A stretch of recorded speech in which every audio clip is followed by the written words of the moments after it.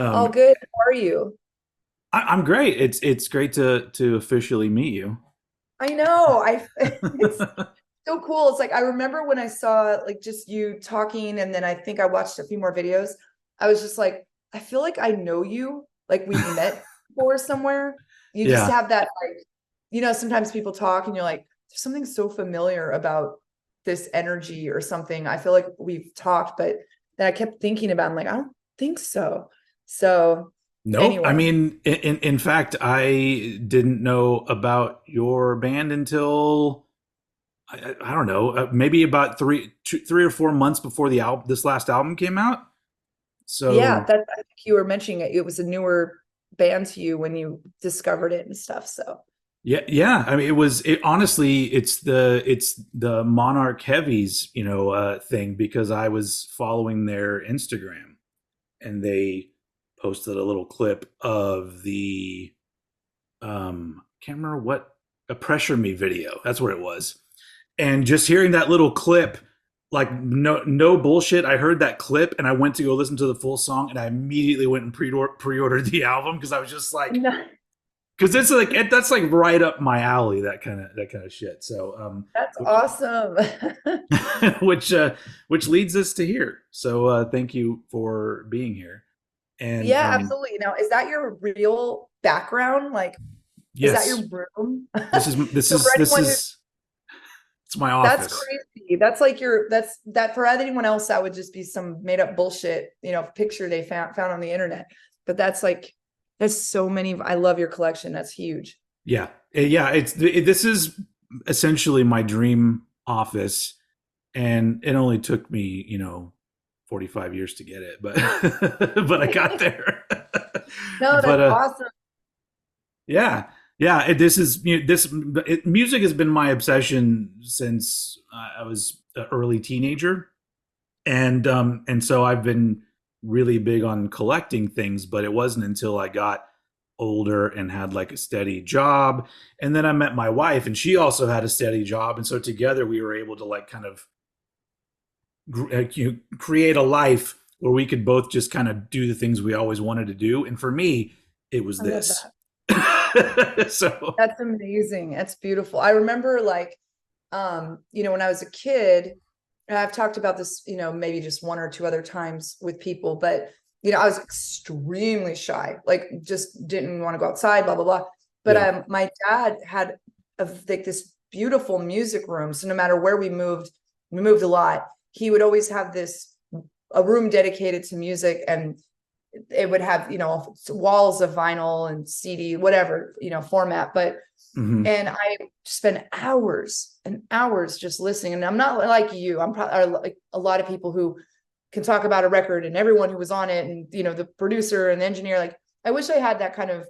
I could have that kind of memory, muscle memory, but whatever. I listened to everything under the sun, and it was all Hmm. so many different genres, and I loved it. I just absolutely loved it. And I did become a collector at one point, but then all my vinyl got stolen, and Oh which was shit.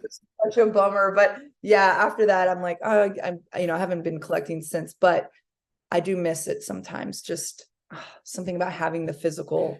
Yeah, well, I mean, honestly, like this has all been acquired in the past 8 years or so. Just because I had vinyl when I was younger as well, but like a lot of people, I sold it all because I was just like, because I was a young person who worked shitty jobs and was playing in bands, and I needed money, and Yeah. so I just sold whatever I could sell. And so when I got older, I'm buying everything back now. But it's like it's almost like what you know me from now from old head, it took the place of putting all my time and energy into trying to make bands I was in successful. Oh yeah. I got really burnt out on doing that. And then after I after I met my wife, and I was kind of done with bands. I was like, yeah, I think I truly am done. But I was like, but I want to do something. And the only other thing I've loved doing is just talking about music. So that just Mhm. led to this, which gives me a good excuse to spend a lot of money on those things. So, That's true. And I have a question for you. What sure. is the shittiest job you ever did? Oh shit! I worked at a collection agency where we were collecting hospital bills. Oh God. Um, it was, I mean, I got paid more there. Like probably the worst pay I had was working as a front desk person at a dry cleaners. I did that for many years. That was actually the perfect job for being in bands because I started work at 11 and I stopped at 7. Oh And yeah. then I would just be out all night long, and we had a practice space that we rented out, and we could stay there all night long, and it was just, that was my life for a little while. But it didn't really pay the bills, very Yeah. well. But great hours. Great hours. Yes, absolutely. But I yeah. was trying So to go go ahead. ahead. No, this is the show's about you today. So Oh, I was so just trying to think. I'm like, what is, I don't know if I had a worse job. I've just had a lot of them. Like I would be at a job and then I just get bored and want to move on to the next thing when I was really young. And I did finally find a good pace at some point, but I was just trying to think like I did work for a pet early on, a pet store. mhm, And I thought it was going to be like this dream job because I love animals, but it mhm. turns out like working at a pet store can be quite different than just loving animals. I don't know how to explain. Maybe it was just the environment or the boss. I mean, they were super over the top and like, but anyway, yeah, I think that was probably the worst job. And I don't know. I can't remember specifically why, but I think I worked for 2 days and got fired Oh shit. on the second day. It was just terrible. But yeah, anyway, but go ahead. My first job was actually pretty cool for the time because it was 1995, I think, when I started my first job, and it was in the music department at Best Buy. Back when Best Buy had a gigantic music department, that's what you saw when you first walked into the store. Yeah, And that's right. so me and some of my high school buddies like all got jobs there. And at that point, you could play anything you want as long as there was no curse words on it on the overhead speakers. And it was we were having a great time for a little while, but then the all the corporate nonsense really started to weigh everything down, and it got really Yeah. shitty after that. But I was Well, only there for a couple years. see, we had a thing where like we became sort of Best Buy-y. Like I worked at Guitar Center Oh, during a period of time where you could still, make some, they call it make deals for your, friends and be able to like sometimes go in and extend them some benefits, etc. But then at some point, only several months in, they changed everything. And they used to kind of call it the Best Buy like model or whatever. But yeah, anyway, so all of a sudden, all that agency was taken away and you couldn't do anything. And it felt very, I don't know, just like, meh, meh. So yeah. I, that job became not as fun. I don't know what it's like now. Maybe it's different, it's changed, but yeah, I definitely, part of it allowed you to tour and then they took that away and then it took away the other parts. And I was like, okay, I'm going to do something different for a while. Yeah, absolutely. But well, I mean, I guess let's get on to music talk. Yeah. Because I do have like interviewish things, kind of ready to ask. But usually, I think it's since we're talking about it, I think it's interesting to go back to the beginning. So, what and when was the first band that you were in? Well, the first band I was in was kind of like it was more of a cover band and it was, I have never told anyone, I've maybe told like 5 people this, but it was a or Weezer, very different than Ween. That's very different. Very different worlds there. So, but it was a Weezer cover band and it was fun and it was just like lighthearted.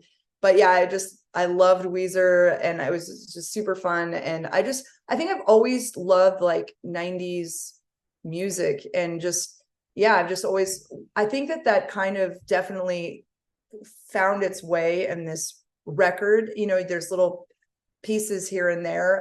Yeah. Influence from that time for me personally, not necessarily for every piece of it, but yeah. But yeah, that was my first band. What about yours? What was your first band? Oh, I was 16, and I started the band because I started writing songs.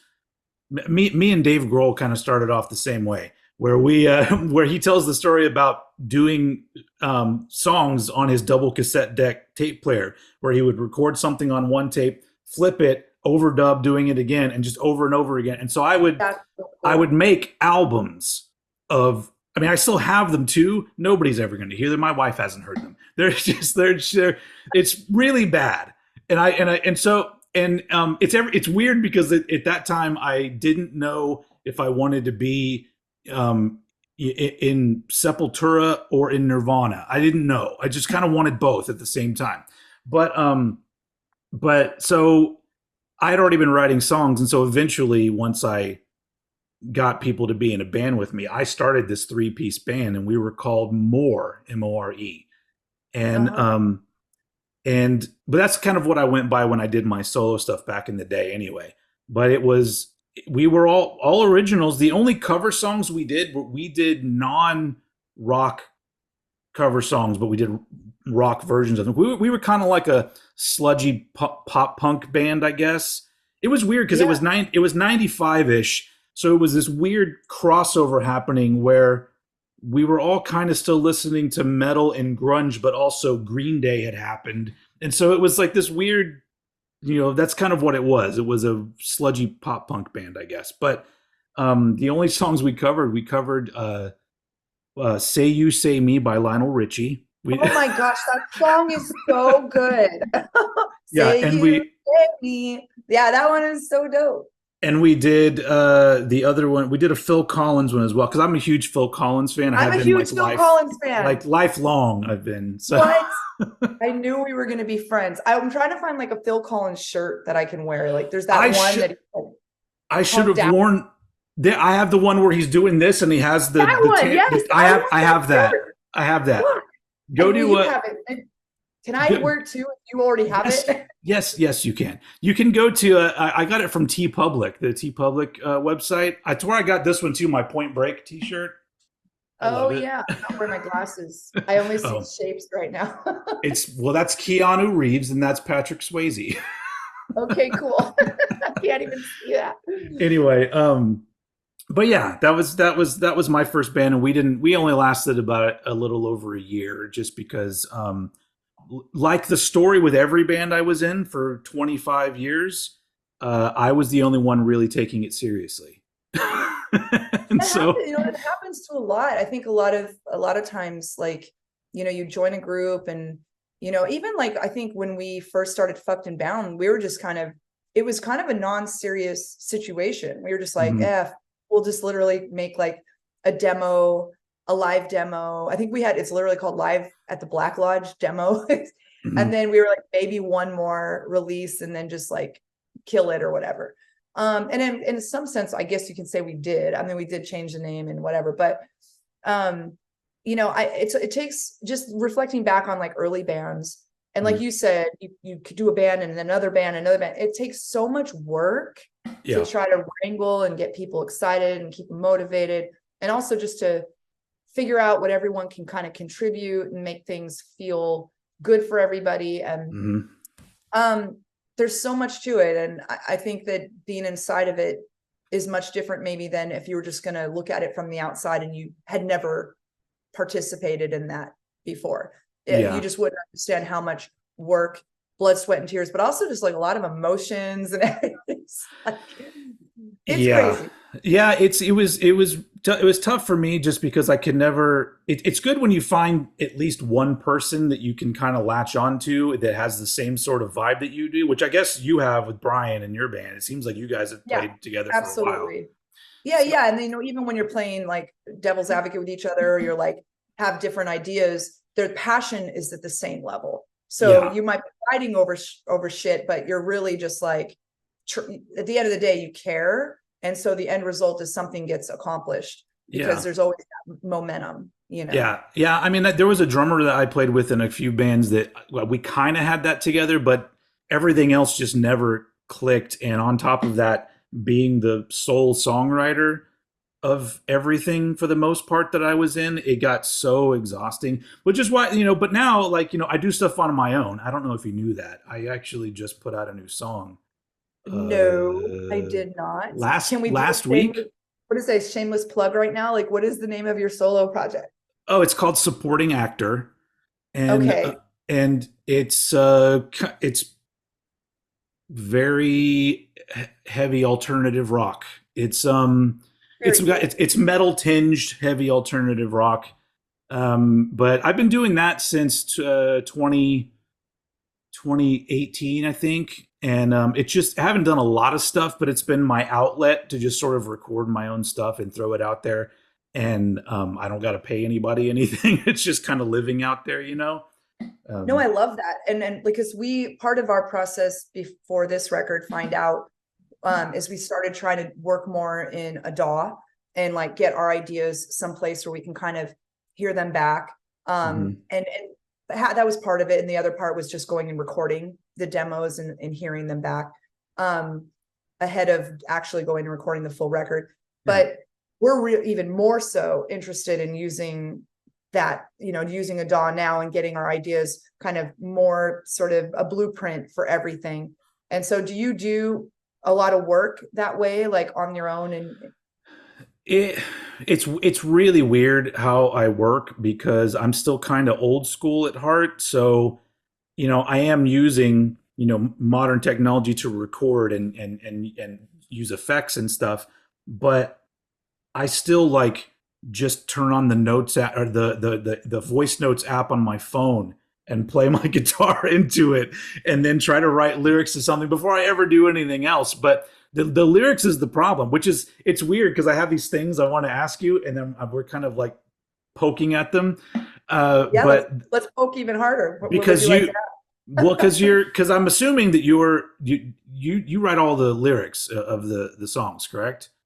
Yeah, Find Out. It's all my Okay. lyrics. Yeah. So my problem is so the song that I just released like a week ago, 2 weeks ago, the music had been almost totally done for 3 years, It's but hilarious. I would sit down to write lyrics and then I would wake up the next day and I would read them and kind of go along with the song and go, nope, delete. I got to a point where for 3 years I couldn't write any lyrics. And I even have another 8 song mini album ready to go that just needs lyrics to 7 of the songs. So it's It's hard.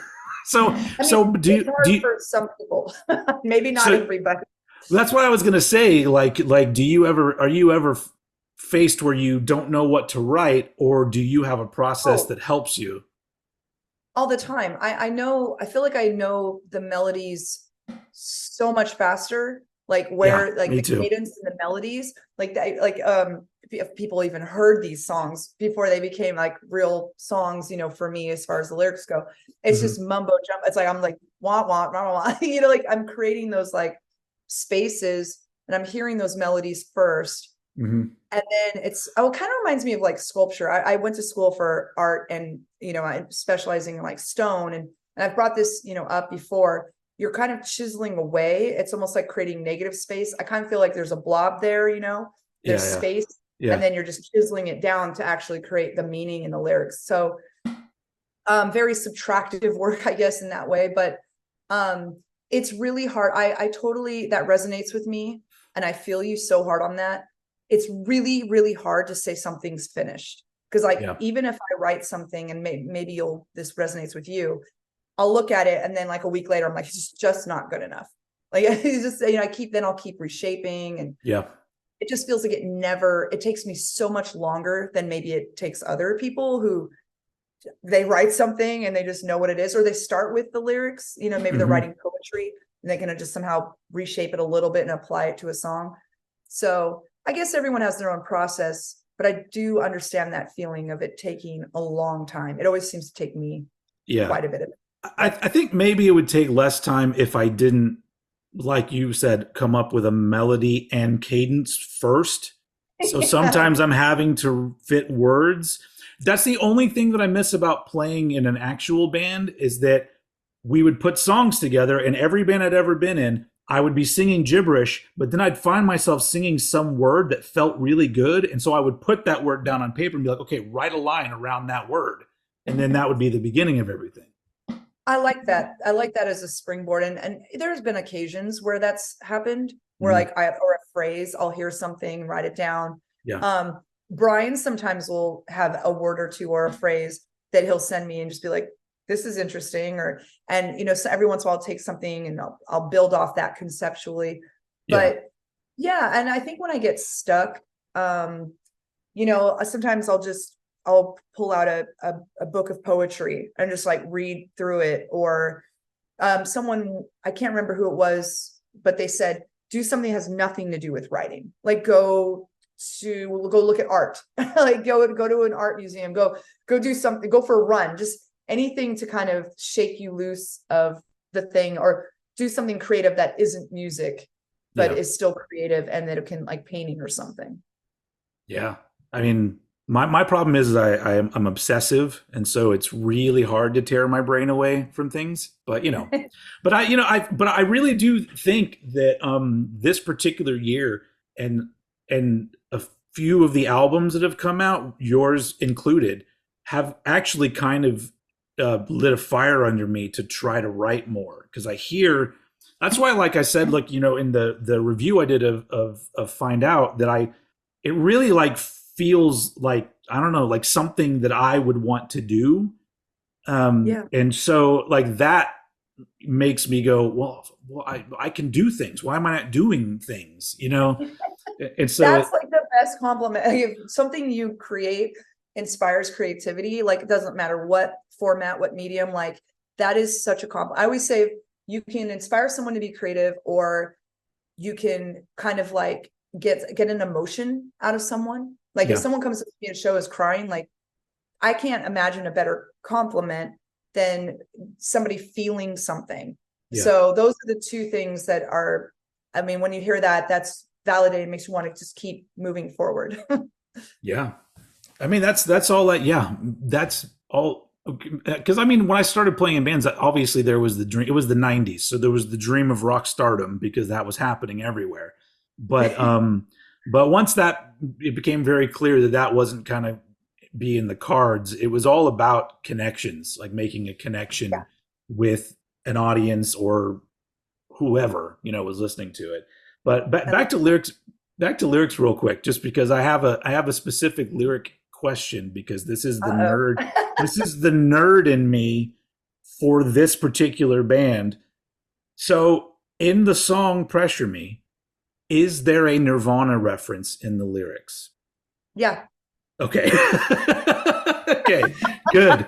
Because I didn't know, because that's the you like to scream but you know not what it means, and I say, Yep. and There so are little Easter eggs all over the record, all over. So that's just one Easter that egg. that one speaks to my heart, because that's like one of my favorite bands of all time, and Yeah. was like, I was one of those kids. I was 13 years old when Nevermind came out. I was prime age for that thing to affect me. Oh, so I love that so much. so anytime I hear anything that kind of reminds me of Nirvana song, I'm like, did they mean to do that? That seems too close. It has to be. So Yeah, there's sometimes I would like get real close with it. And then sometimes it's maybe not as obvious, and I'll never say what they are unless someone calls them out, because I think it's more fun that way. yeah. But then there's some sci-fi Easter eggs in there as well, because I'm just like kind of a nerd for not even like really obscure sci-fi, but like really obvious sci-fi.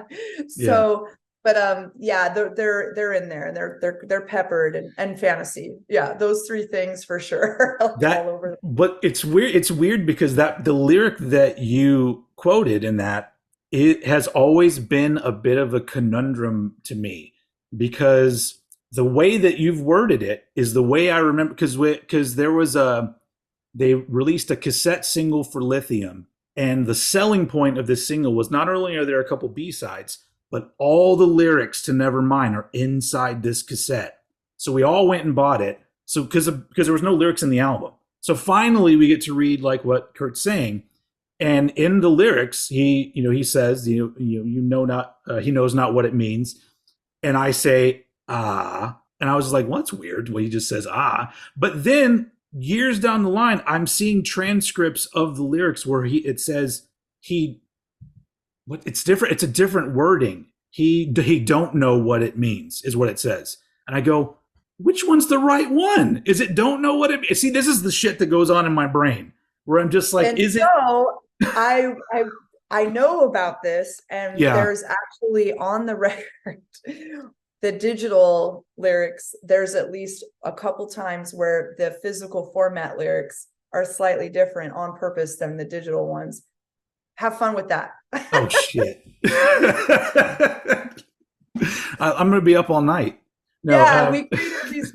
We like creating these little fun little like puzzles because we did it a little bit on the second record, but Yeah. kind of had a lot more. I had a lot more fun with this So release.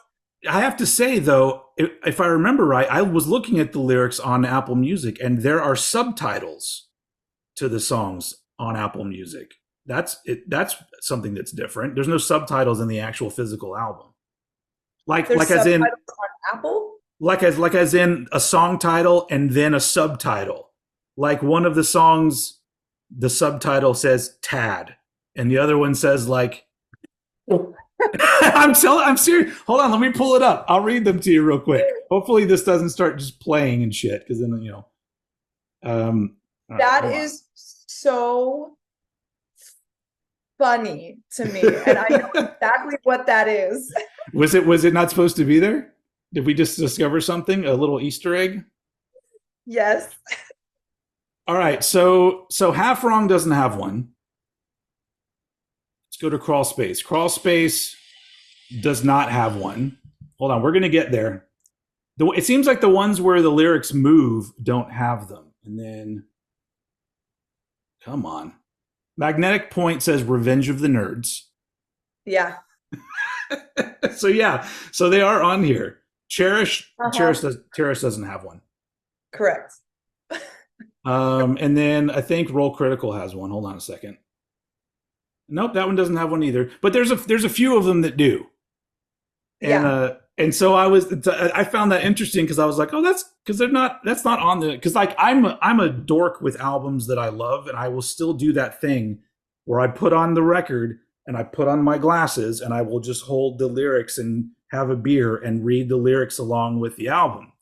I think it's so endearing that that actually happened, because that is an accident, but I think it's one of those happy, I'll embrace it accidents Yeah. with the subtitles, because it sounds to me like the working title, the one that we had before we like changed the name, somehow made it into Apple Music, and that's the only place you'll see that. So you were going to have a song was just going to be called Tad?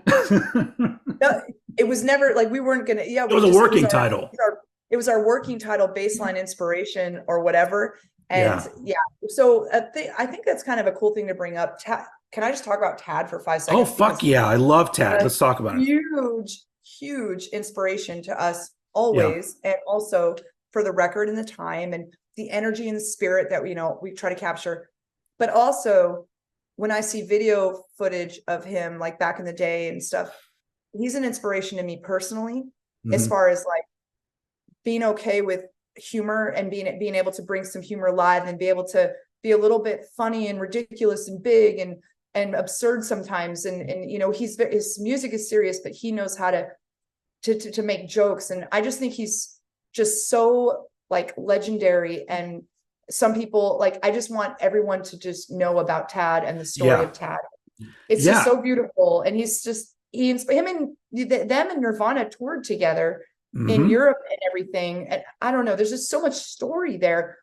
And there's even a documentary about Tad. People listening, have you seen it? I've seen it. Yeah.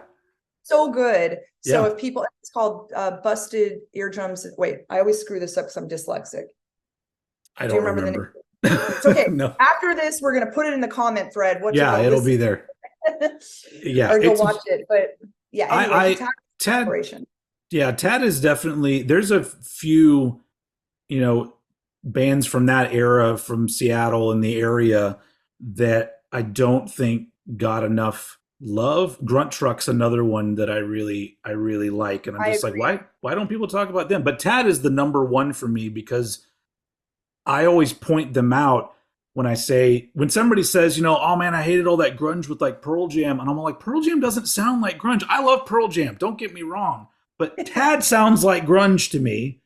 So it's like Bleach Nirvana is grunge. Nevermind Nirvana is a pop rock, Nirvana. But Things started morphing, but like when you but talk about that spirit of grunge that you often reference, there's sort of a year period, and I do think that Tad embodies like a lot of that sonic energy and that spirit. And yeah, I just implore people to go and check out Tad and go see that documentary if you haven't seen it, because yeah, you'll fall in love immediately. You'll fall in love. There's no way yeah. you can't. Yeah, and not only that, the kind of story of their output, like the way their albums play out, is really important to me, because my favorite bands are the ones where you're not just getting the same thing over and over again from them. And starting with God's Balls, which is just fucking heavy as fuck, and then Infrared Riding Hood, where they get more and more and more melodic. And I love the fact that I love Celebrate bands that that do they, that. can we just celebrate that they called the record God's God's Balls? balls. Yeah. Can we just celebrate that? And for those people who are not familiar, I mean, go immediately look this up. God's Yeah. Balls. It's just there's If they never if yeah, if you push play and Behemoth doesn't do anything for you, then I can't really help you. But it's just you're lost. yeah, it's all right. But yeah, that's cool. So wait, did I hear somewhere that Tad himself was on one of the albums you guys did, or am I dreaming that?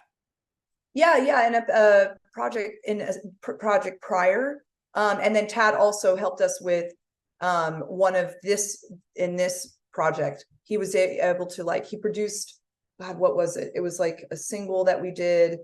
I'll dig it up. Anything I have that he's on, I'll dig up and I'll send your way so we can talk about it. Sweet. He helped me produce vocals, and he's taught me a lot. He taught me a lot in studio about how to do vocals. Like, I keep learning. It's different for everybody, but he's in a band, Brothers of the Sonic Cloth. He knows what it feels like to try to create like really, heavy vocals, etc. So he took some time with me last time I was in studio with him and showed me some tricks, and even positioning, the way I was positioning my body, and things I would have never thought to do. Yeah. So he's been instrumental too in helping shape just how I'm learning and growing over time, how to do vocals, both heavy and non-heavy. So yeah. And how did that happen? How did you get hooked up with him, working with him? I cannot for the life of me remember at the inception. Honestly, I almost think he came into Guitar Center and was like started as just a customer at Guitar Center. And then somehow our relationship just blossomed from there. And then he helped put out music for us in our old band that we were a part of, which was kind of like a proggy, doomy, sludgy kind of project called Hugh Sox's Court. Yeah, I know that band as well. So I didn't know you were in that band, because like that, I knew of that band from I think it was the last single that was put out, which had to be 2015 or something. It was like a 2-song thing that came out, and I remember hearing it and going, "Oh, this is cool," and then like never hearing the band name again. So. Yeah. Well, remember you were talking about how you're in bands and sometimes it's just so hard, and everyone, that was a band that was, a lot of, rotating people in and out, buds, etc. We were always trying to kind of keep it going. We toured so much. We did the grind, we toured all over the country, never out, but just extensively all over the country. And it was just one of those things, sometimes things will take off and sometimes they fizzle. And it was, we have a lot of music up on Bandcamp. So if anyone's ever interested in going and listening, etc. It's funny because the Hard Times recently did a thing where they said the best and like worst bands of each state or whatever. And then they threw that name, they kind of were making fun of the name and saying it was one of the worst names ever or whatever. And it's all a matter of perspective, whether you love a name or hate a name. But they said we were from a different state or something than we actually were. But we had a chuckle, and I was just thinking, like, that was the first time I had really thought about it. And I was like, I should really go back and get some of that music back up in streaming, so people who wanted to hear it can see the full discography if they wanted to, and have access to it. And we've had people reach out and say, hey, if you ever do something with Aux, that would be really cool. So we'll see what happens. In a way, that kind of lit a fire under my ass to maybe Yeah. put some more stuff out there into the universe. So yeah, we'll see. Yeah. Yeah, that no, that'd be fucking great. So you're speaking of like rotating band members. Yeah. So when I learned about Filth is Eternal, and then very quickly found out that there was an album before, and then found out that there was another album before under a different name. And to be completely honest, I knew the name Fucked and Bound, and in my brain I went, probably not gonna like that. 100%. It's so funny because like that is part of it. So like when people go, well, why'd you change the name? I'm like, well, it wasn't just one thing. It Yeah, was an amalgam of all sorts of things. It was like at the end of the day, but that was one thing that we would hear constantly. People would hear the name, it'd be off-putting or this, that, the next thing. And back when we didn't give a shit and we were just like literally fuck it and like we're gonna yeah, just go out, play a few shows and burn bright, burn out quick. It yeah, didn't matter. It actually didn't matter. But then I don't know, after a period of time, we were really enjoying it. We were enjoying the song progressions, as things were evolving or, moving in a direction. We just, I don't know, it just seemed like we kept getting tugged backwards and we kind of just said, what are we doing? Like, do we love it so much that we're going to let it continue to be a hindrance? Or can we just say, fuck it, let's just move on and change this one thing and yeah. yeah, Well, move I mean, forward. in my respect, I didn't listen, and I did it a disservice because I immediately equated that name, and I'm sure you've seen a lot of these. It doesn't happen as much anymore, but there was a handful of years where you would see these bands come out with these like dude bros in it, and they would always pick these really like edgy names. And it Oh was yeah. like, so they can catch some headlines or whatever. And so, like, my first thought was like, oh, I hope it's not that. Because, Right.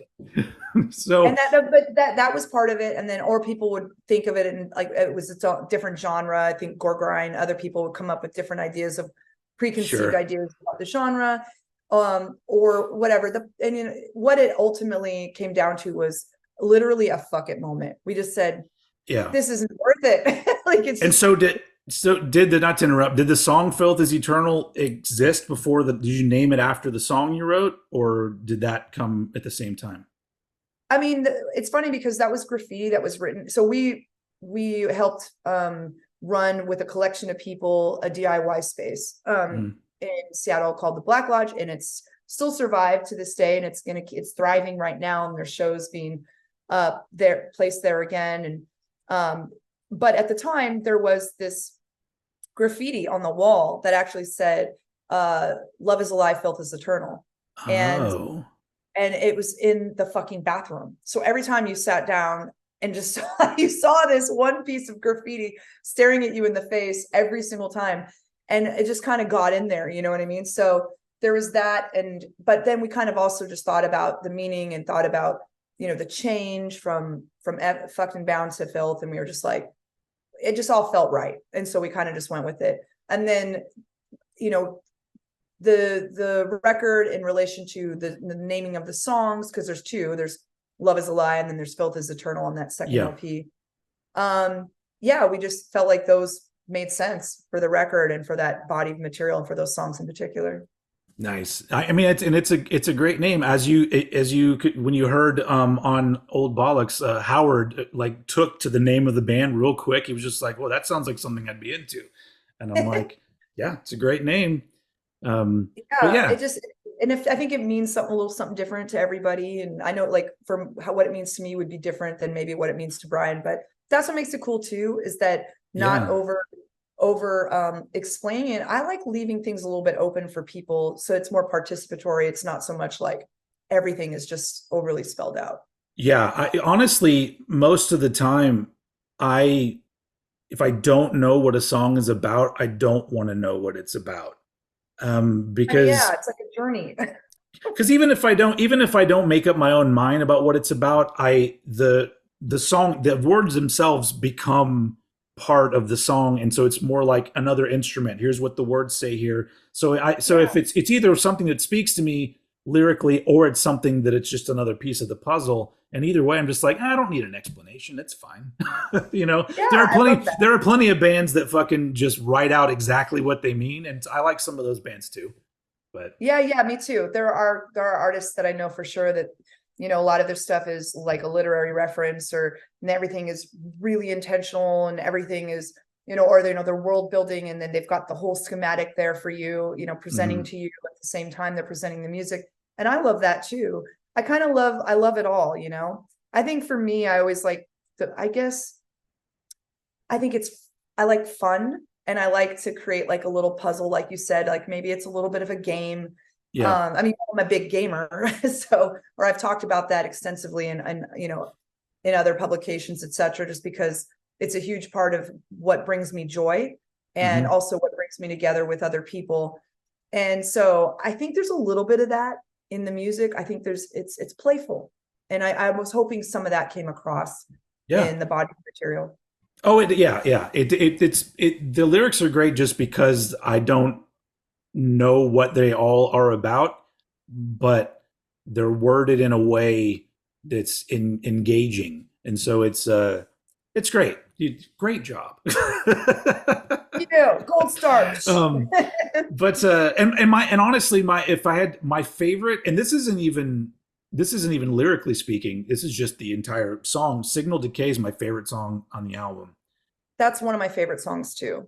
and Signal. it My favorites are probably the opposite of most people's favorites, but yeah, I love that song. so it but it that particular song sort of leads me to like another question, which is if you listen to Love Is a Lie and then followed by Find Out, there's a lot of similarities obviously, but there is a definite leaning on your part into being a little more melodic with your vocals, still aggressive, which I think that's what I like about it, because it's melodic but it never really loses any of the urgency. So it's Yeah. like, so do you have was that planned? Did you want to go in that route? Did the songs dictate that, or do you have some sort of an idea in your head of where you would like the music to let you go at some point, you know? Yeah, that's a multiple part question. So Sorry. no, it's good. I like it. So, I think, yes, I wanted to do something different on this record. So let's start there. I didn't Mhm. want, and the same as the second LP was a little bit different, a little bit than the first one. The first Yeah. one was very aggressive, very, I was screaming everything. It was very, again, always urgent. That seems to be a consistent pull through with each release. Mhm. The songs definitely all lean forward into each other. There's no breathing room really in between. And that's all done intentionally. But when it comes to what I was thinking as I was hearing these songs kind of start to develop in the room, I immediately started, I think, requesting a little bit more space. And that's tricky in a song that's, averages a minute to a minute and a half, to create space Yeah, so yeah. that you can like try to, and part of that is that when you do get melodic, I do like the challenge of doing something that's linear and still trying to be melodic and create something meaningful. But I Mhm. also do appreciate, I love good pop centric written songs where you have repetition and you have, things make sense and they kind of sit where they're supposed to, and Yeah. gives the audience something to circle back on, and they're able to kind of, I don't know, it just feels whole and complete. So these were kind of my thoughts going into this. I didn't want to jump too far, in a direction, then that would have felt out of place. But I Mhm. definitely wanted to take some of these ideas and concepts and challenge myself to bring as much melody, as much repetition as a human possibly can in a minute and 30 seconds. Yeah. So that was my challenge. And I tried my best. And now to answer the last part of your question, where would I like to go? I think maybe creating a little bit more space. Doesn't have to be a long song, but I think Mhm. finding a way to create a little bit more space, and then maybe doing some more mid-tempo type songs, Yeah. and again trying some things out that maybe we haven't done before, and things at the end of the day, things that have a real rock sensibility. and allowing for more storytelling. I think that's probably the best thing I can say about that. That's music to my ears right there, because that, because I mean, because Pressure Me was the first one I heard, and that's more mid tempo, but Yes. still heavy, and I think that's a lot of I have kind of a tough relationship with newer heavy music a lot of times, um, because there's a leaning. Sometimes it's production wise, but sometimes it's the actual songwriting. Where sometimes things are too repeatedly in your face for the entire time, and even though I can hear it and go, God, that's really good, but then I can be like, fuck, I don't want to listen to this anymore. Like it's tiring sometimes. And so the music that I love is the stuff that sure can hit these huge heavy highs where you're just like, what the fuck are they even playing? Or then maybe they're playing super fast, or it's just down tuned and really heavy. But then there's some sort of space, whether that be with a song that has a slower tempo or a section of a song. But I feel like in a lot of newer bands, there seems to be a focus on, well, we have to be aggressive all the time to keep the pit going. We got to keep the kids doing their windmills and everything in the crowd. And so, which Yeah. I get that, because it's the transference of the energy between the band and the crowd and back and forth and all that stuff. So I get the thought process behind writing constantly aggressive music, but for my taste, I like there to be more dynamics in it, which, yeah. Yeah, I mean, that's you, what you're saying is just sort of triggering me into sort of kind of realizing what I love most. Like, what kind of impact do I want to produce the most? And I think if I had my choice, you're right. I think some people, they want people that be out there dancing, in the pit, or Mhm. moshing, or doing their, Yeah. or what is it that you're trying to, for me, it's emotional. Yeah. I, I'd be okay if everyone was just staring. And honestly, some shows, that's what people are doing. They're Yeah. just kind of staring like this, not dancing at all, or not in the pit. I'm okay. As long as I just want them to feel something. If Hmm. they're feeling something, that's totally cool. If they're singing along or feeling, or just like that's, if I can achieve that, to me as an artist, whatever project I'm in, then I feel like I can put my hat up and go, okay, I did what I think I was supposed to come here and do. So, and then like you Nice. said, everyone's different. I'm not bashing any Oh yeah. else's shit, but that's just, for me, that's what I love the most. Yeah. Yeah. No, I went to a sort of mini festival that happened in Dallas over here. And there was a whole bunch of death metal bands and hardcore bands, and I love a lot of death metal, especially old school sounding stuff. But the hardcore bands, there's some of them. There's a little I can't get past some of it, but then I look out into the crowd and I go, man, everyone's having such a fucking great time. Who the fuck am I to say anything? So I Yeah, start it's like, enjoying I start enjoying the whole everything going on. no, Um, that's great. And that's cool what's cool is that maybe it's not your thing, but you can at least appreciate that, all the kids are having fun, and they're, like I said, they're dancing, they're enjoying, whatever it is that the bands are bringing, whatever style they're bringing it. yeah.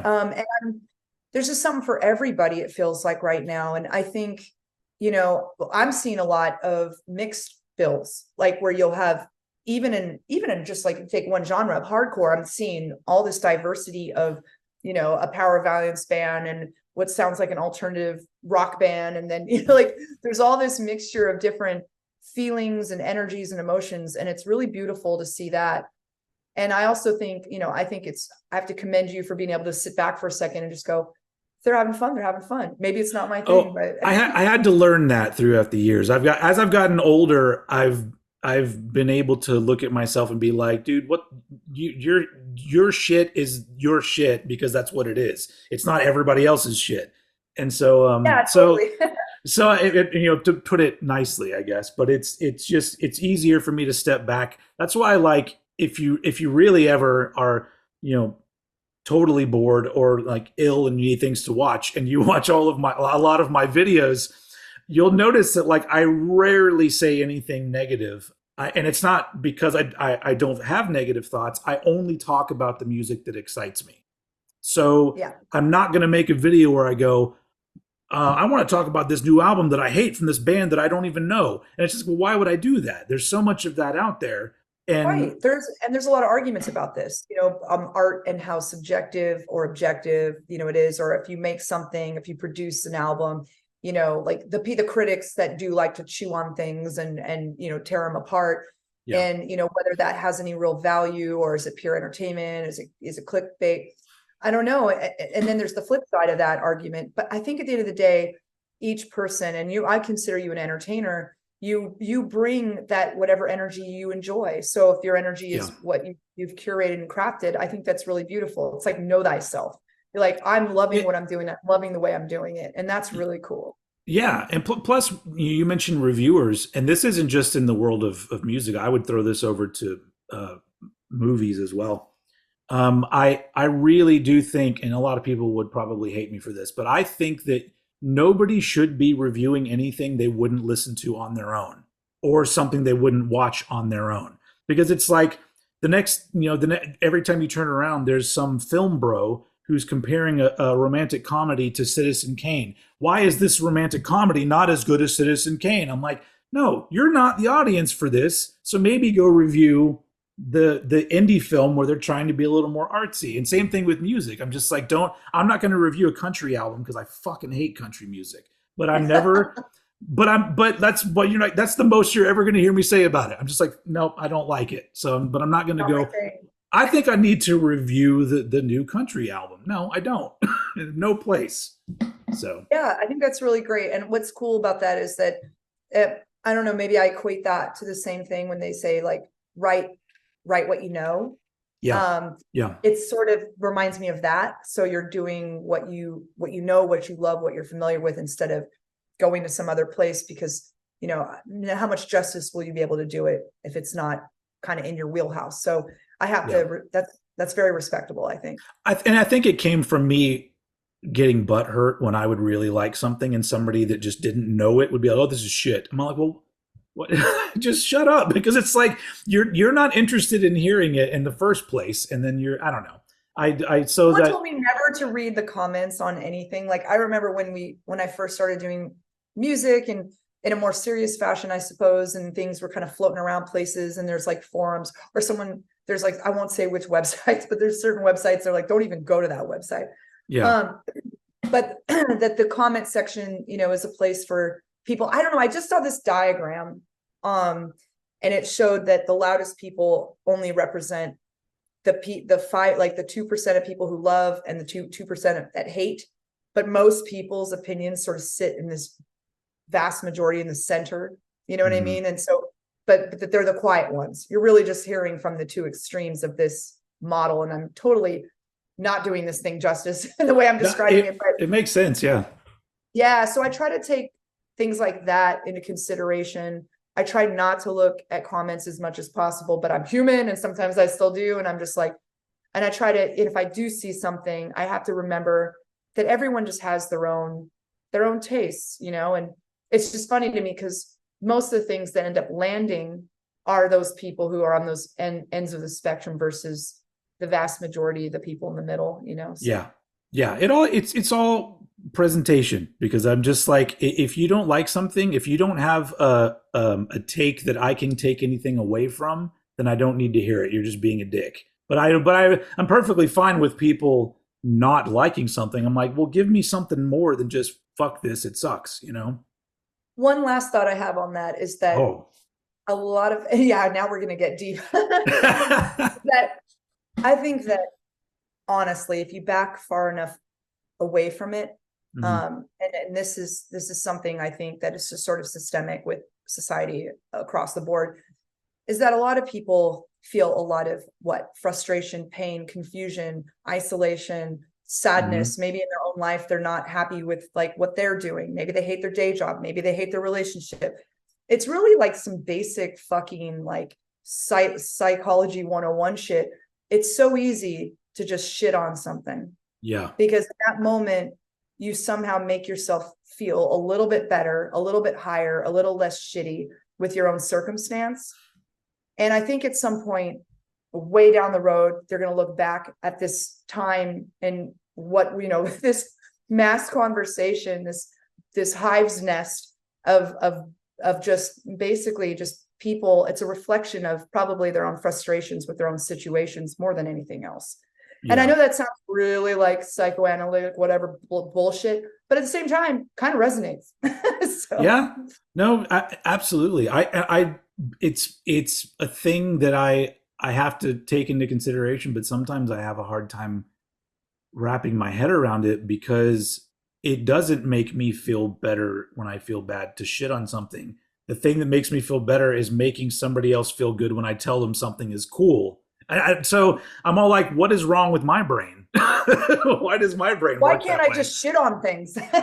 Well, that's the thing, is that there's so many things in this world where I go, man, I wish that I could just let go and be whatever these people are, because it seems like I'd be less frustrated in life if I could just. I think it's good that there's a balance of everything. Yeah. I guess at the end of the day, there's an equilibrium that happens with all of us together. There's going to be the haters and there's going to be the people who love shit and try to put some positive energy out there. And there's the people who are going to tear people down. And somewhere in the middle, we always seem to find our balance as a people. So yeah, we'll just keep on moving forward. I thank you for bringing positivity into my life, because most of the time I just like, that's my, I talk music, but everything else in the world, it's just me constantly going, God, people are fucking awful. So people are awful and they're amazing. They are both. That's true. And honestly, we are that. We're both equal parts capable of the most brutal, terrible things and the most beautiful, creative creations. So it's like, I try to keep grounded. And at the end of the day, if I'm going to wink, like that's kind of what the whole sentiment of Filth is Eternal is. It's just sort of staying rooted in reality and just sort of trying to remember that there's an equilibrium to everything and what we just talked about. So I like that. I like how we kind of brought it back around to the full band. circle. That was a pro move right there. I guess I got a couple more things before. I don't want to keep you here forever, but I'm having fun. I'm like lost in space and time right now. Oh shit. Okay. We can talk as long as you want. All right. So you just came back from Europe, correct? Like UK. 2 weeks ago. You from the UK, and yes, it was all around UK. And I saw you were playing with Finch, which was interesting because I didn't know they were still together, first off. But a reunion essentially. Oh, that's what it is. Because it's weird because I go, Finch, why does that sound familiar? And I was just like, oh, like I saw those guys back in like 2000 when they were poised to blow up and become huge. Like there was a lot of buzz about them because of one of their singles that was like supposed to be big, and unfortunately it didn't blow up huge. But it's just weird because it brings me back to like, would have, because after hanging out with them, they are like some of the best fucking humans I've ever met. Yeah. And so I don't know what is going to happen now with what they're doing, what their path is going to be. But I fell in love with all of them.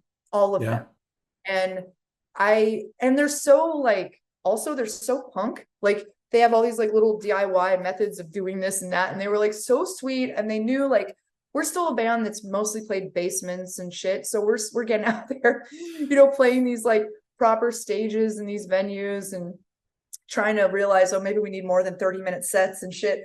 Like they took us under their wings so hard. And each one of them was just like showing me how to do this with that, this pedal effect or this power, step down transformer. I could go on and on. The point is they're the best people and their live show is fucking incredible. And to come back and hit it that hard and to hear their audiences, especially like O2 Kentish Town Forum, that venue, I don't know if you've been, but it is just incredibly beautiful and massive. And it's like 4 layers of what is it called? Like 4 decks worth of places where people are sitting. I can't even think right now, but balconies, Jesus Christ.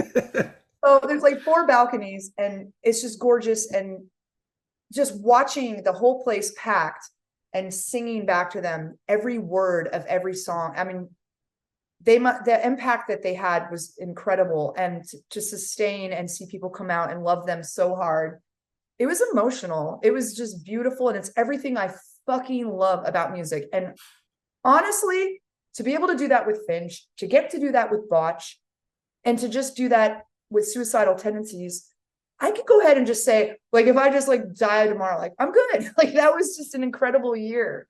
It was Yeah. incredible. And so that's naming those three separate bands. That's three pretty much different sounding bands. If you're talking about Botch and Finch and Suicidal, do you, have you found so far in playing with those bands that there's a crowd that reacts better to you than others? Or because I feel like the Suicidal crowd probably, I mean, from the footage I saw, I think they dug you, but very, very happy. Like, they were very, very warm. We'll say that was an incredibly warm audience. It was super just beautiful. And I've, to me, that was just an incredible experience. Like, if I could have a show like that every time, yeah, absolutely. Finch, same thing. I remember in Manchester, just hearing the audience, how receptive they were, and just like not probably even knowing who the fuck we were, yeah, but bestowing, like, just, showering us with, applause and love and all that kind of stuff, and coming and seeing us afterwards at the merch booth, and the kindness and the warmth and the kind words. It was all just, yeah. And then Botch, of course, I mean, that was just madness, insanity. There was a pit there as well. And I didn't go out in the pit that time. I stayed on stage, but one thing I'm feeling, to, I guess, answer your question, maybe even reshape a little bit, is I feel like every time we go and play to a crowd and it's a little bit of a different sound, it doesn't seem to phase us or the audience, because I think there's kind of something in there. Like, even on Find Out, there's a little, I don't want to say there's something for everyone because that sounds super cheesy, but we're touching, I don't know. What am I trying to say? I think there's something for everybody. there is, because we talk about the melodic qualities, but there's also songs that have blast beats in them, and so it's you're not wrong there. It's in the world of rock music, for the most part, I feel like there's something for everybody. So yeah, so if you're in front of a hardcore crowd, or you're in front of a rock crowd, or in front of a emo crowd, it doesn't fucking matter. I think that at the end of the day, there's that energy and the passion and the emotion is there, and I think I'm feeling as if, and I don't want to, overspeak this or overstate it, but so far I'm feeling like people are feeling it. So, and for that, I'm fucking grateful. And it's been really incredible. I mean, I do these radio shows on the weekends, not really radio, it's on an app, but I was doing them. There was an app called Amp that I did almost a year. I did like old head radio shows. I played a bunch of different songs, and now I do them on something called Station Head. And I've played Filth is Eternal several times and always get a good response. So it's like, and I attract everything from like 50-year-old German dudes who love me from YouTube to there's a guy that's in high school who's like obsessed with Anthrax. And like, it's so it's, it runs the gamut of these different sort of rock people from different areas. And so, but yeah, so it is, I really do, it really does seem to connect with a lot of different people. So it makes sense, for sure. I think it's a nice bedrock, and I think it's something to build on. And I'm really excited to continue touring on this record. And then we're, I don't know if I'm even allowed to say, we've already written like 10 songs. Like, we're cooking, like we're ready. I have to say this about Brian, and he deserves so much credit for this. He is one of the most prolific writers I know. He just knocks them out. Like, he just never stops writing. And, we've like, I don't know, I'm just really excited for you to hear this new shit, basically. I'm really excited about this new material. So yeah. That's awesome. Yeah. And speaking of that, because I think I was going in this direction earlier and I got derailed, probably by my own brain. But so just speaking of the band, because when I discovered the band, I immediately, once I got into the music, I was like, oh, I'm going to go see if there's live footage or music videos other than the ones I've seen.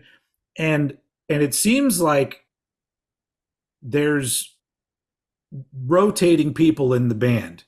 And Yep. is that intentional, or is it a thing where people are coming in and they're not able to do it, or is because it's because that's the only thing I was just like, huh, I wonder why the band, like, it seems like three of them are gone now. Yeah, no, it's kind of a mixture of both since its inception. uh, And I also think that, it's really hard. First of all, as you know, it's hard to just be in a band, oh yeah. and you can be a great writer and, a great player, but touring is a totally different situation. Mm-hmm. Or, whatever is the demand at the time, there's so much nuance that if you're in it, you understand that nuance. If you're outside of it, you would never understand, maybe not know, but Mm-hmm. it's it's really hard to be in a band, especially when you're grinding and you're going out there and you're on the road and gas is $6 a gallon, and you're trying to make enough money for shows, and some shows are okay and you take good door deals, and sometimes no one shows up because it's just an off night, and then Mm-hmm. or you're sleeping on floors with dogs next to dog shit, whatever. Like, these are things that actually happen to people when you're Yeah. grinding really hard. And and it takes years and years to develop. So now you're also talking about sustaining. You're talking about going out time after time, and sometimes things move quick and sometimes they take longer. And where I'm trying to go with this is that sometimes people need breaks. Mm-hmm. Sometimes people just don't like a part of what's happening. Like, they don't like the tour part, or they don't like the recording part. Yeah. And I think what Brian and I sort of came to at the end of the day is we've kind of want to just create this bus. And if you want to jump on the bus and go with us and do this thing, jump on. And if you want, if you can only do it for this amount of time, this thing, this tour, this experience, that's cool. And if there's rotation happening and a couple people taking turns, what I'm trying to say is nothing we're doing is different. I'm seeing this happen a lot more Yeah. lately. Yeah. Seeing a lot of bands rotate their buds in and out, so that the thing can kind of keep moving, but no one feels like they're getting burnt, and they're able to do a couple different projects or whatever it is and stay fresh. So at the end of the day, I think everyone needs to do what they're doing. I think Mm-hmm. we're super keen on having our friends rotate in and out and be a part of this whenever they feel like they can or want to. I think that's great. That because living now in the fucking year 2020, almost 2024, and we've gotten past that point now where the old rock bands, from the 80s and even some from the 70s are still around, but a lot of times you'll be like, oh, it's Foreigner, only with none of the original members. They're just going out and playing Foreigner songs. And I'm like, at the end of the day, does that really matter to most people? And I've learned that it really doesn't. Like, it's I've learned the same. And, like, I mean, I'm not, I've seen this happen with a lot of legacy bands, like you say, that come back, or reunion bands. But also just younger bands that are like just getting started. Like, I'll see them with a different lineup almost every time they go out, and there might be one or two members that are consistent. yeah, And it just seems like people are just doing it whatever way they can do it these days. So, like, there are no rules. Sort of make your own rules, and it doesn't really matter. And I think at the end of the day, everyone who contributed to anything over the years is, you honor that. And yeah, then there's always going to be that continuum. And I think, at the end of the day, Brian and I have always been sort of core, we've been there from the very beginning. We're going to keep on moving. yeah, But I kind of also think something cool can happen with change, yes, different people, different energy, new ideas, keeps things fresh. yeah, So that's another benefit of it as well. yeah. I'm learning to be okay with some of those changes because I'm still one of those people that, especially when it comes to a vocalist, vocalists to me are, um, because I also am a vocalist as well, and I grow attached to a sound of somebody's voice with some music more so than any other part of the music. So when bands replace their vocalists, always the one that's like, all right, well, you got to fucking prove yourself now because I'm just like, because it's like, No, you you know, and everyone else. Yeah, that's a thing. That's real because you're right. Well, I mean, would you say too, would you agree, like the vocalist kind of is the one who pulls at the emotional yes, heart center of everything. And they're also, it's not just that, it's like content. It's what are they, it's what's like they're helping kind of build that world with lyrics. So you yeah, take that and you take that emotional center that they pull with the way they deliver all of that. It's really hard to just sort of go, you know what I mean, and it's put that oh, aside. it's so yeah, because my ears hear so many different things in a certain person's vocals, not just the sound of their voice, but the way that they deliver certain lines. So Yeah. somebody else might be perfectly fine that another singer comes into the band who's actually a better singer, but I'll go, yeah, but that's not what I like. I don't care about that. But they Um, lose the character. Like sometimes yeah, you'll have like they might be more professional, or they might that they lose some of the rawness. Like, and that's an argument that's made a lot for. I'm not going to name any bands, but I've definitely over the years, I follow a lot of the forums and the different blogs, and you'll see that argument being made for this band or that band, and they're just like, yeah, but the old singer, bleh, like because they were super raw and blah. And I'm like, and then part of me is like, yeah, well, you make a good point. Like, yeah, it just depends on what your ear wants to hear or what you're used to, and but anyway, to your point, I agree. It's really, I think of all the roles, mm, the vocalist is a tricky one to have, but yeah, or to move aside and have someone else take over. yeah. But I mean, I give everybody a chance. They over on my side of things, the Power Trip just played a show. They hadn't played a show since Riley died, and it was just 4 years Right. ago. And I wasn't there because it was in Austin, but I saw I was footage of it. wondering if you actually, yeah, went to that. Yeah, because it's the vocalist is the guy that's also in the band Fugitive, and he's in Scourge as well, which is another great Texas band.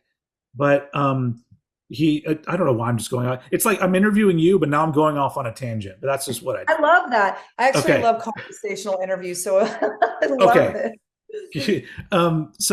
So I watched the footage, and the thing that he did that I thought was so great, because it was nobody knew it was going to happen. They were like a special guest, and all of a sudden everybody in Power Trip comes out, and it's Seth, who's the vocalist of Scourge and Fugitive. And they first song they play, Executioner's Tax, one of their biggest songs. Everybody fucking knows it. Almost the entire song, he lets the crowd sing almost the entire song.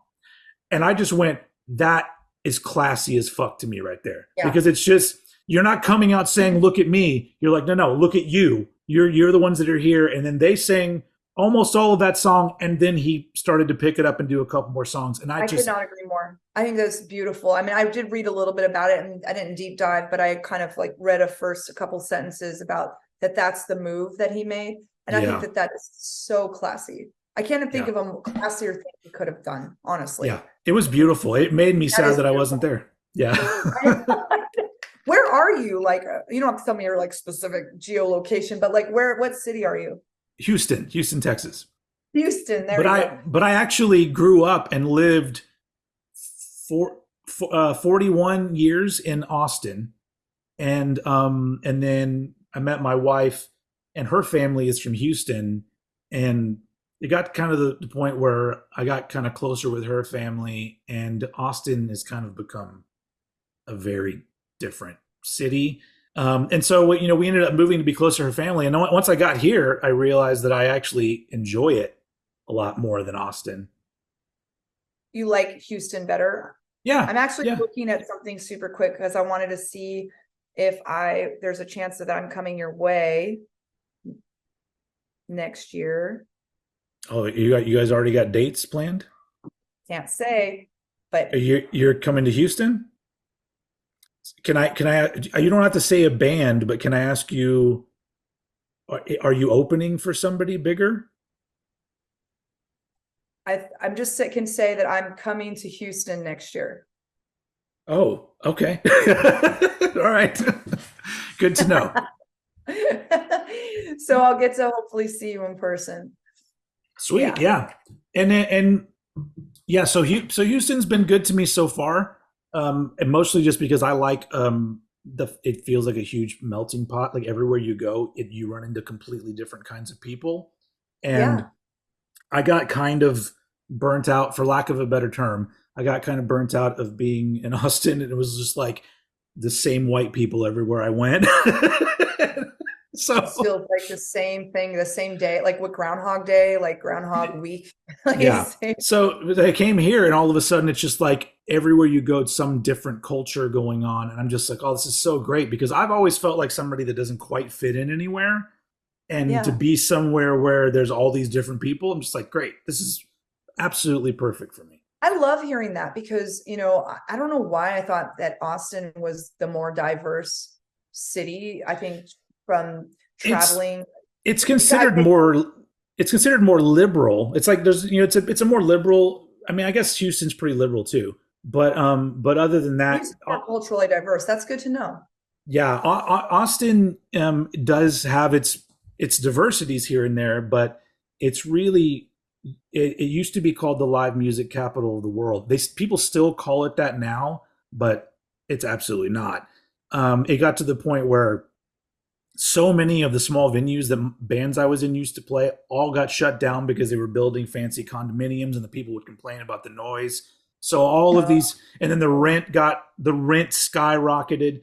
So very quickly there was very little of a music scene there. And there still is yeah. music there, but it just became a city that almost seemed more like for tech people and not really for art people. Whereas when I grew up, it was an No art. idea what that would feel like. Laughing being in Seattle. It's like, yeah, it was definitely like with everything that happened here, the tech boom here, and like a lot of us worked industry for years, right? Like Mhm. bartending, and like I've been a bartender forever and stuff.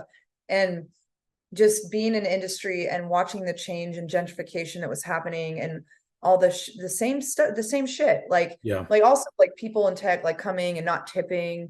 I'm a huge like advocate for just trying to help workers and people who rely on tips no matter what industry they're in, if they're in a tip-based industry, Yeah. trying to bring awareness to that because that's how they live. That's how, I'm not saying it's the best way and that's the way we should be doing. I'm just saying that's what they fucking need. They need tips in order to live and survive, and pay for medical and stuff like that. So it's like, please, please, please tip people that have work tip-based jobs. And that includes Uber, that includes all gig workers. And I want to say that for the record. I'm going to lean Yeah. into that more next year. Gig Yeah. workers, right? Everything. I'm really big on the new thing of you tipping merch people at shows, which And that, oh was my God. yeah, because I didn't that's a thing that I just started discovering within the past couple of years, because I guess because with the advent of like you can swipe a card now, Yeah. they'll ask for a tip, and I'm always just like, fuck yeah, what are you gonna do, go sleep in a van tonight, have $20, like,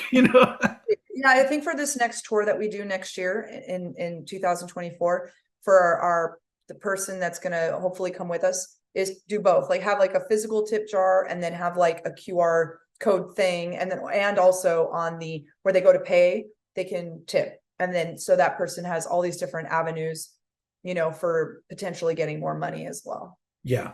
Yeah, because I mean they're working. I mean, because and I never really thought about that because I've never been in a band that was big enough to have a merch person. It was always like me running to the merch booth after a show. I want to be Um, clear that that's pretty much us. This will be a very like first time. I like there's been one other time someone was nice enough to jump in the van, and she did it, but she just did it because she wanted to come and have fun for so there wasn't like a payment. But this is yeah, like the first time where we're looking at it going, okay, I think we can pull this off. We'll see what happens. But yeah, I'm all about that DIY fucking merch booth shit. 100%. awesome. But it'd be nice for them to make more money that way. Absolutely, I agree. I got one more thing to touch on before we. Oh, actually, no. We'll get there. I'm not going to keep you that much longer. But because we were talking, we were the most. I guess the most recent thing that I've seen you guys attached to was the Fader comp, where Oh, you guys did for the transgender charities, and absolutely. you did the Absolutely. whole Yeah, it was cover. Trans Law Center. The donations were being sent to Transgender Law Center. rainbow reading, not reading rainbow, rainbow railroad. That's very different. Yeah. And then the third one was mermaids. It was just called mermaids.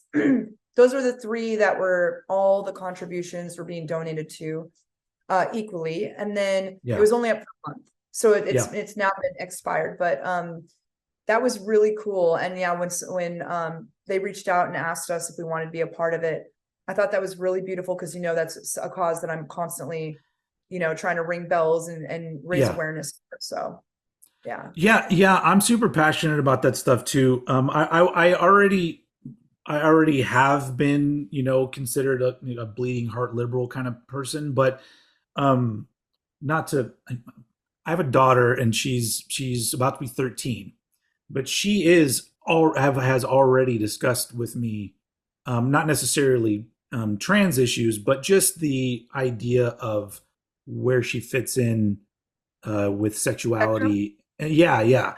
And so once that became a thing where I had a discussion with her, it became even more real to me. Where I'm just like, all right, now you're fucking with my home, and so.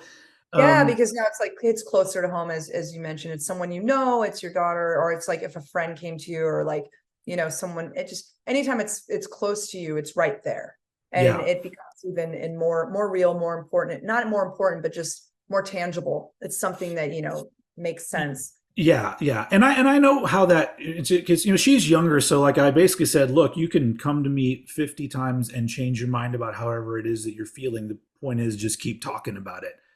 It's like a lot for some people too. Gender is a journey, and for some people they know straight away what it is they want.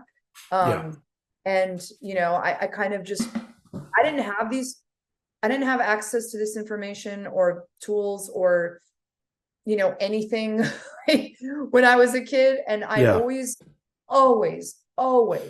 felt what I now know is dysphoria. Back then I did not know what that was. But I knew I was something else, and even now, if we were going to, talk about it more openly, I'm still I consider a journey. And it's interesting when I talk to some people, they talk about how many genders they went through before they like kind of landed on what it is that they felt comfortable with, or what they knew they wanted to be, or, always were.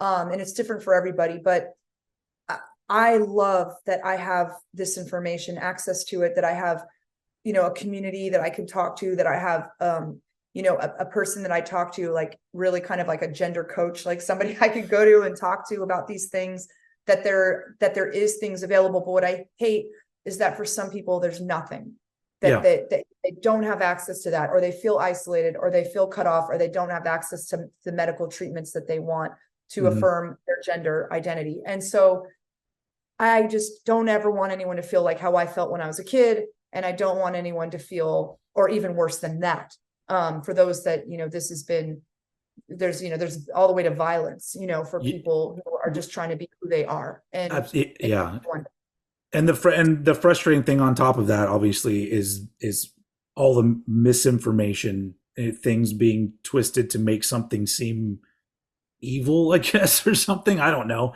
Oh, always. I mean, people are scared of something they don't understand. Yeah. And I think I feel for it, because I don't really, I don't really know what this falls under, just because I'm in my 40s, and so I'm not really on that journey anymore. But I've always, for my entire life, I've never felt connected to what's considered masculine activities, aside from being attracted to women. That's as far as it goes. Everything else, like, you're supposed to be into sports. You're supposed to, why are you not into cars and barbecue and all of these things? And I'm just like, I've always, met these men around me, and they're all very men. And I'm just like, but I don't feel any connection to that at all. What does that mean? And so I'm in my 40s now. So now I'm just like, it is what it is. I'm just, I'm fine being different, but different, or who you are really, and just embracing it. And here's the thing, it's like, and I'll throw this out there, and even like with age, I've had some friends on both sides of that fence where Yeah. they're like, I think whatever I am, I'm good. I'm not going to, transition, or maybe I'm fine just, referring to myself in these terms or using these pronouns. And then I Yeah. have some friends that are older that are straight up like, oh, well, this is my chance. I've lived my whole life with this and I'm going to make these changes. Everyone just needs to do whatever they feel is right for them, and I, Absolutely. I Yeah. try to I try to make sure that's always pretty clear when people talk to me about this, is that Hmm. you know what you need and you'll make it happen. You'll do your best to make it happen. And then me as a person who will be there if someone ever has a question or needs help, or I always, when anytime someone's trying to like get help for funds for like surgery, if they're transitioning or they're trying to get gender affirming surgery done, like I'm always trying to make sure that they're getting the help they need, or I'm, amplifying, that request or call for help, Yeah. because a lot of people, friends of mine, they just don't have any money, or they don't have, things aren't covered. So all we can do in this world is just try to be who we really are and help everyone around us be who they are as well. I I love, man, I can't, we have to end this interview now because I can't think of a better way. That's because that's just like so how I feel. I'm just like, yeah, that's perfect. But I wanted to say on that note, the whole cover is great.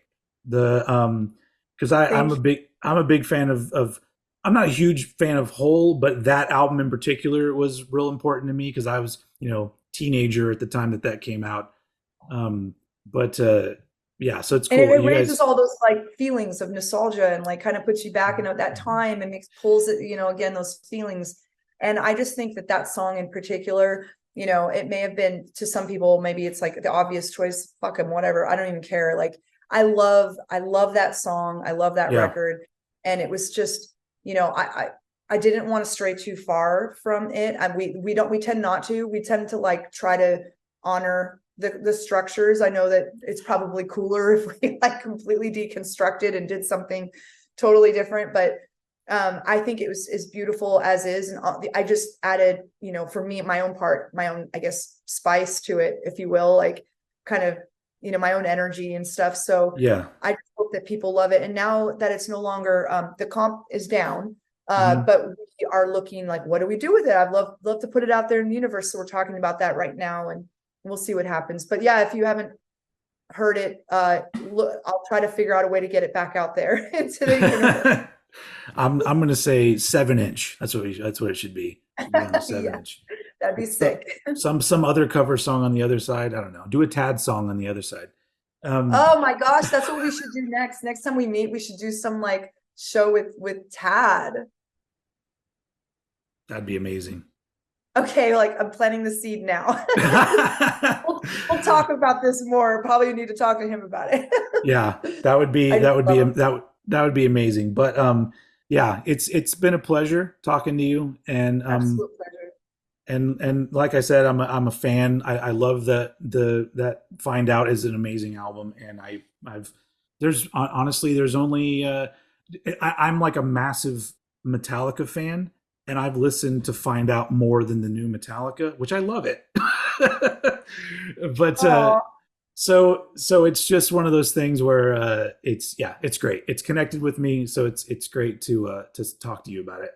and I just want to say thank you, because there was something that you said when you did the review, and it really just pulled at my heartstrings. And it kind of, you said, you said it gave me something I needed, and I didn't even know I needed it. And Yeah, I think that was so beautiful. And if we're gonna just leave it on one note, I'm hoping other people will check it out, because hopefully maybe they'll have that same exact feeling, because that was just the most beautiful way to sort of sum up how you felt about the record. So thanks. thank you for those kind words. Thank you for your support. And anytime you want to chat with me, I'm always here for you. Awesome. It will happen again. If with or without Tad, it'll happen again. Sounds good. All right. Well, I'll talk to you soon. You have a good night. You too. I'm gonna go All right. eat. All right. Cheers. Cheers.